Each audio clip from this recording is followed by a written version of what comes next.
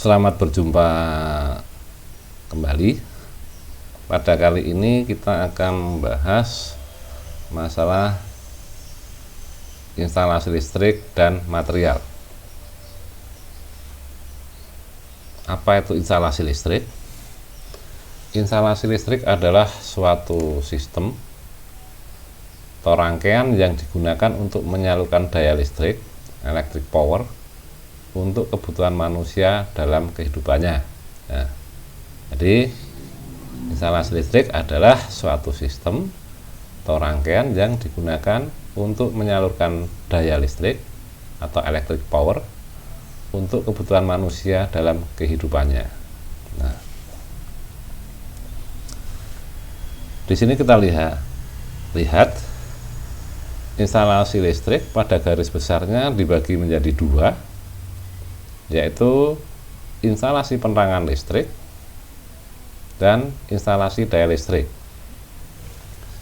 Instalasi penerangan listrik digunakan untuk suatu perangkat listrik yang fungsinya untuk menerangi suatu lingkungan atau objek. Misalnya di sini digunakan sebagai instalasi lampu atau penerangan, di mana dalam suatu kerja kita membutuhkan suatu tingkat pencahayaan tertentu sesuai ketentuan, sehingga hasil kerja yang kita laksanakan akan mendapatkan hasil yang sesuai. Jadi dengan penerangan yang baik ini dimaksudkan untuk memberikan kenyamanan terhadap keadaan yang memerlukan ketelitian. Jadi hasil produk kerja kita itu bisa lebih baik karena kita bisa lebih teliti dengan pencahayaan yang cukup. Yang kedua adalah instalasi daya listrik. Nah, ini adalah di luar instalasi penerangan. Jadi yang keduanya adalah instalasi daya listrik. Nah, ini digunakan untuk peralatan-peralatan daya listrik, misalnya untuk menjalankan mesin-mesin listrik, termasuk motor atau motor listrik di pabrik, di industri, pompa air dan lain sebagainya. Jadi pompa-pompa air, motor-motor listrik, entah itu di industri besar, industri kecil, atau di rumah, itu termasuk instalasi daya listrik.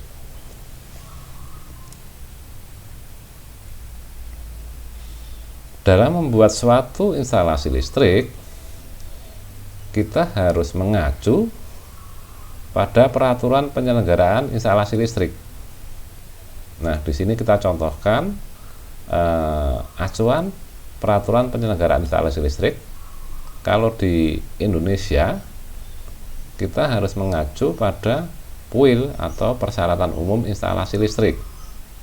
Jadi di situ dibuat ada ketentuan-ketentuan, persyaratan-persyaratan bagaimana instalasi listrik yang memenuhi persyaratan, keandalan, dan keamanan. Di situ tercantum dan ada di dalam suatu buku atau dokumen yang namanya adalah Persyaratan Umum Instalasi Listrik atau PUIL. Kemudian untuk internasional kita bisa mengacu pada International Electrotechnical Commission atau IEC. Nah, dari kedua dokumen ini kita bisa membuat suatu instalasi listrik yang baik itu maksudnya sesuai dengan standar, entah itu keamanan, keandalan, dan lain sebagainya. Nah, di sini kita lihat bahwa prinsip-prinsip dasar instalasi listrik itu ada 6. Yang pertama adalah keamanan. Jadi dalam kita membuat suatu instalasi listrik, kita harus berpedoman menganut prinsip-prinsip seperti ini. Yang pertama adalah keamanan, kemudian keandalan, ketersediaan, ketercapaian, keindahan, dan ekonomis. Apa itu keamanan, keandalan, ketersediaan, ketercapaian, keindahan, dan ekonomis itu? Mari kita bahas satu-satu. Yang pertama adalah keamanan. Jadi suatu instalasi listrik itu harus memenuhi standar keamanan. Jadi keamanan secara elektrik untuk manusia, ternak, dan barang lainnya apabila terjadi keadaan tidak normal dalam suatu instalasi listrik tersebut. Jadi yang pertama, yang paling utama, suatu instalasi itu harus aman. Aman terhadap siapa? Terhadap manusia, ternak, dan barang lainnya di saat ada sesuatu yang tidak normal pada instalasi listrik tersebut. Setelah aman, itu harus andal. Jadi suatu instalasi listrik itu harus andal. Maka di sini prinsip kedua adalah keandalan, yang menyangkut ketepatan pengaman untuk menanggapi jika terjadi gangguan. Jadi kita harus membuat suatu optimasi di saat kita mendesain suatu instalasi listrik. Aman tapi tidak andal, itu tidak akan optimal. Maka kita harus optimasi bahwa jaringan listrik atau instalasi tersebut itu harus aman dan andal. Maka dalam menyusun suatu proteksi harus ada perhitungan-perhitungan tertentu, kebijakan-kebijakan tertentu, sehingga peralatan instalasi listrik kita itu andal, tidak mudah gangguan, tetapi tetap aman. Nah, ini perlu suatu kajian-kajian tertentu. Jadi yang pertama syarat tadi adalah keamanan dan keandalan. Kemudian yang prinsip ketiga adalah ketersediaan. Ketersediaan atau kesiapan suatu instalasi melayani kebutuhan baik daya, gawe, maupun perluasan instalasi yang mencakup spare dari suatu instalasi, peralatan yang digunakan, dan sebagainya. Jadi dalam kita menyusun atau membuat suatu instalasi listrik, kita harus memperhitungkan menjamin ketersediaan bahwa instalasi tersebut mampu menyediakan melayani kebutuhan baik daya, gawe, maupun perluasan instalasi yang mencakup spare dari suatu instalasi. Itu misalnya ada pengembangan ke depan itu sudah kita perhitungkan. Jadi harus ada spare dari suatu instalasi, peralatan yang digunakan, dan sebagainya. Jadi harus kita perhitungkan itu untuk pengembangan ke depan. Kemudian yang keempat adalah ketercapaian. Pemasangan peralatan instalasi yang mudah dijangkau oleh pengguna dan di dalam mengoperasikan peralatan tersebut juga mudah dan dapat dijangkau oleh konsumen. Jadi dalam mendesain suatu instalasi kita harus memperhitungkan juga bagaimana instalasi kita itu mudah diakses oleh konsumen. Misalnya kita memasang stop kontak yang terlalu tinggi, nah itu aman tapi tidak mudah dijangkau. Kita membuat suatu saklar yang terlalu tinggi itu tidak mudah dijangkau oleh konsumen atau pengguna. Nah, maka ketercapaian ini harus diperhitungkan juga. Nah, di sini ini ada tercantum di standar-standar yang ada pada kuil tersebut. Jadi kita harus mengacu pada peraturan. Jadi yang keempat adalah ketercapaian adalah yaitu tadi pemasangan peralatan instalasi listrik yang mudah dijangkau oleh pengguna dan di dalam mengoperasikan peralatan tersebut juga mudah dan dapat dijangkau oleh konsumen.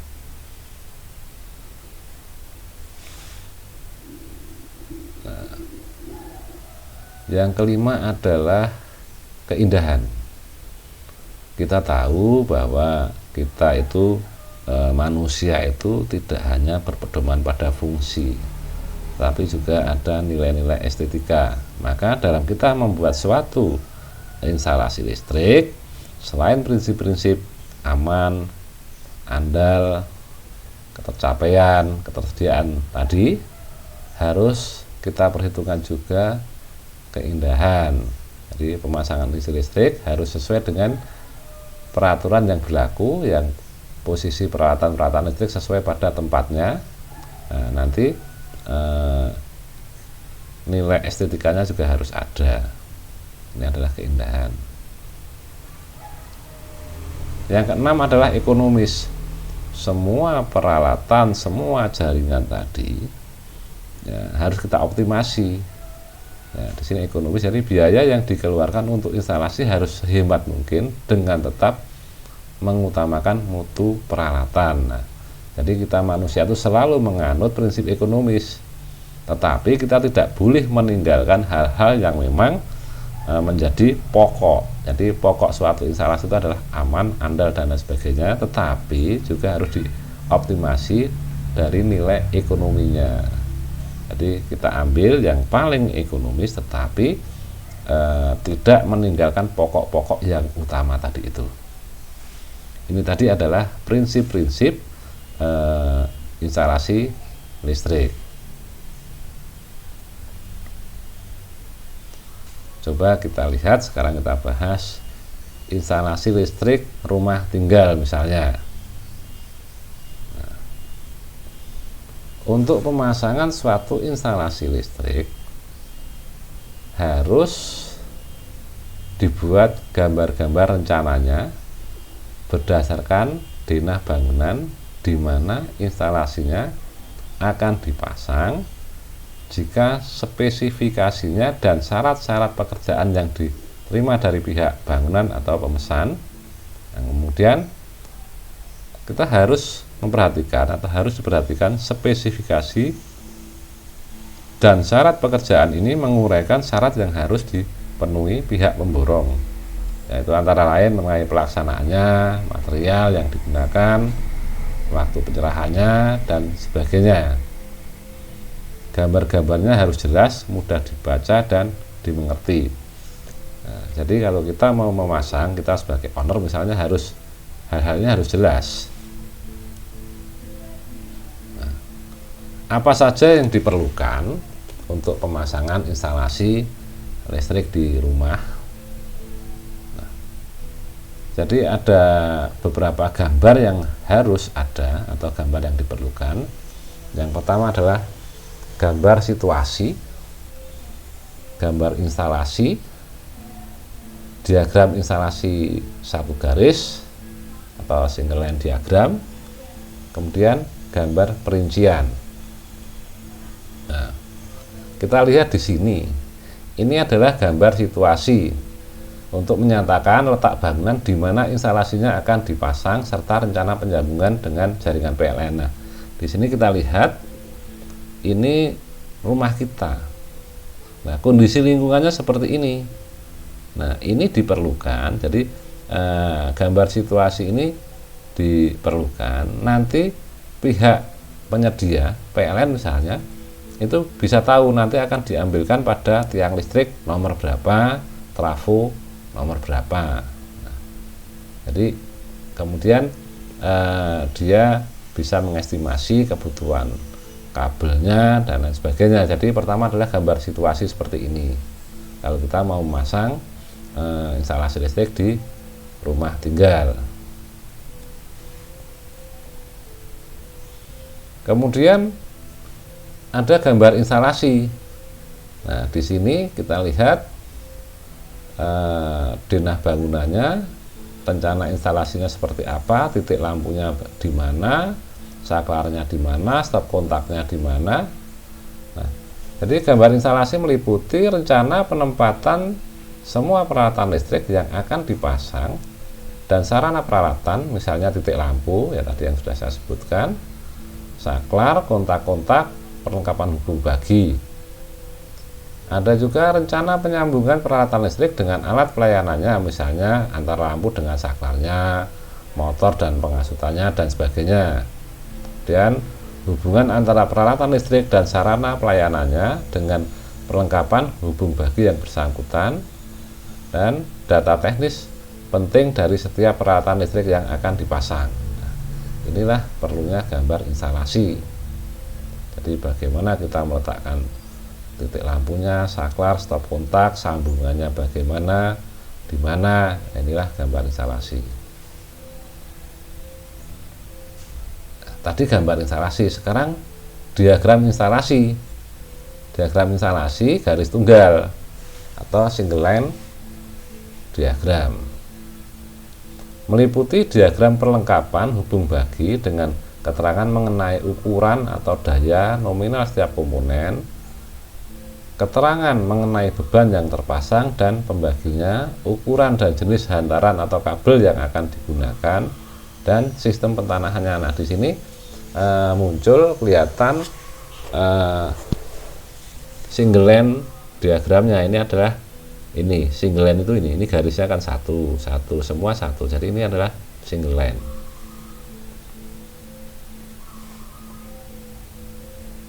Nah, setelah single line muncul gambar perincian, itu meliputi perkiraan ukuran fisik perlengkapan hubung bagi, cara pemasangan alat-alat listriknya, cara pemasangan kabelnya, cara kerja instalasi kontrolnya kalau ada.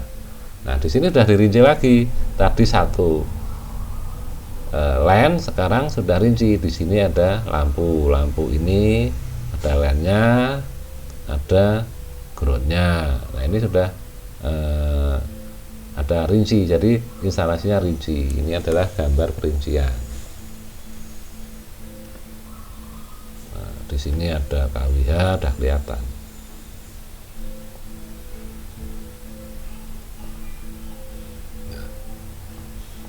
Dalam membuat instalasi listrik, nah di sini ada pengawasan dan tanggung jawab pemasangan instalasi listrik. Yang pertama adalah setiap pemasangan listrik harus mendapat izin dari instalasi yang berwenang.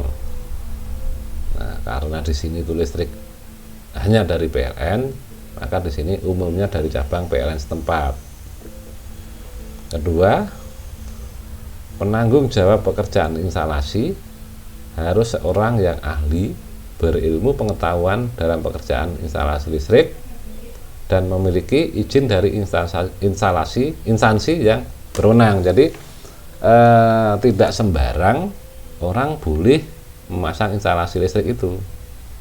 Kalau dia seorang tenaga kerja, dia harus mempunyai sertifikat keahlian tenaga kerja di bidang instalasi listrik tersebut.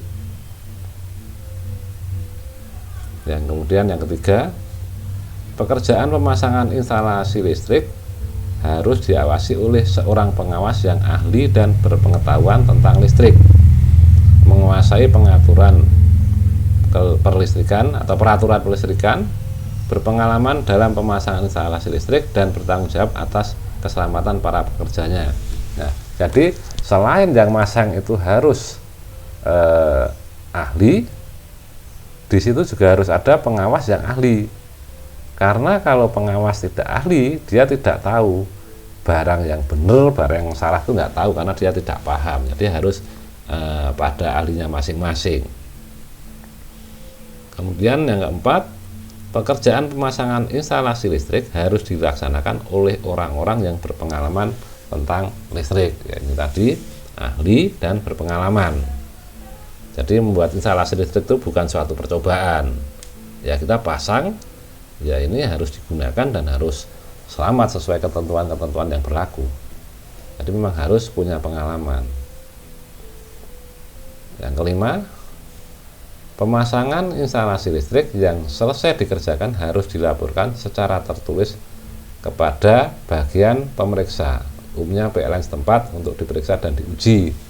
Nah, kalau di sini setelah instalasi selesai, itu kita ujikan ke lembaga yang sudah mempunyai kewenangan untuk menguji instalasi tersebut, misalnya Konswil, bahwa apakah instalasi tersebut sudah layak untuk dialiri listrik, keamanannya sudah layak atau belum. Nah, nanti dari itu akan muncul sertifikat layak operasi. Nah, kalau sudah muncul sertifikat layak operasi itu baru boleh dialiri listrik oleh PLN. Nah, di sini nomor 6, setelah dinyatakan baik secara tertulis oleh bagian pemeriksa dan sebelum diserahkan kepada pemilik, instalasinya harus dicoba dengan tegangan dan arus kerja penuh selama waktu yang cukup lama. Jadi ada testing commissioning itu harus ada. Kemudian yang ketujuh, perencana suatu instalasi listrik bertanggung jawab atas rencana yang telah dibuatnya. Yaitu tadi di dalam memasang instalasi listrik, maka di awalnya tadi ada gambar-gambar itu dibuat oleh perencana. Jadi kalau sudah dipasang secara benar kok ada masalah, nah itu perlu dilihat perencananya bagaimana. Maka di sini perencana suatu instalasi listrik bertanggung jawab atas rencana yang telah dibuatnya. Kemudian yang kedelapan, pelaksana pekerjaan instalasi listrik bertanggung jawab atas pekerjaannya selama batas waktu tertentu. Jika terjadi suatu kecelakaan karena kesalahan pemasangan, ia bertanggung jawab atas kecelakaan tersebut. Nah, karena ada syarat seperti ini, maka di atas tadi bahwa dalam melaksanakan atau memasang instalasi listrik dibutuhkan seorang tenaga yang memang punya keahlian di bidang instalasi listrik. Kemudian harus diawasi oleh pengawas yang memang menguasai di bidang instalasi listrik. Karena itu tadi, karena semua yang dipasang tadi akan menjadi tanggung jawab pelaksana pekerjaan instalasi listrik tersebut. Jadi dia bertanggung jawab selama masa uji atau masa yang telah ditentukan. Itu ini adalah pengawasan dan tanggung jawab pemasangan instalasi listrik.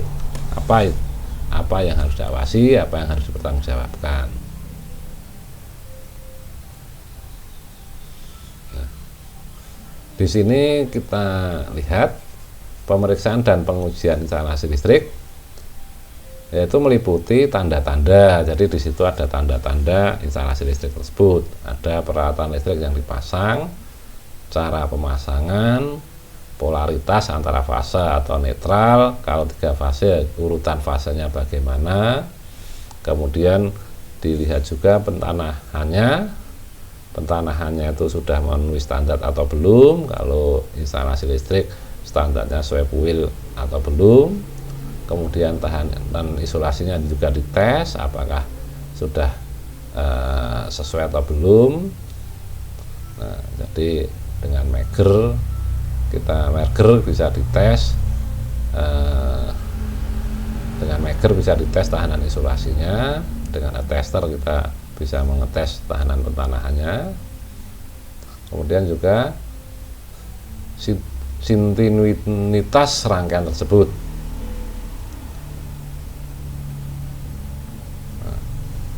Nah, ini kita lihat alat-alat dan bahan yang umum dalam pembuatan instalasi listrik rumah tinggal.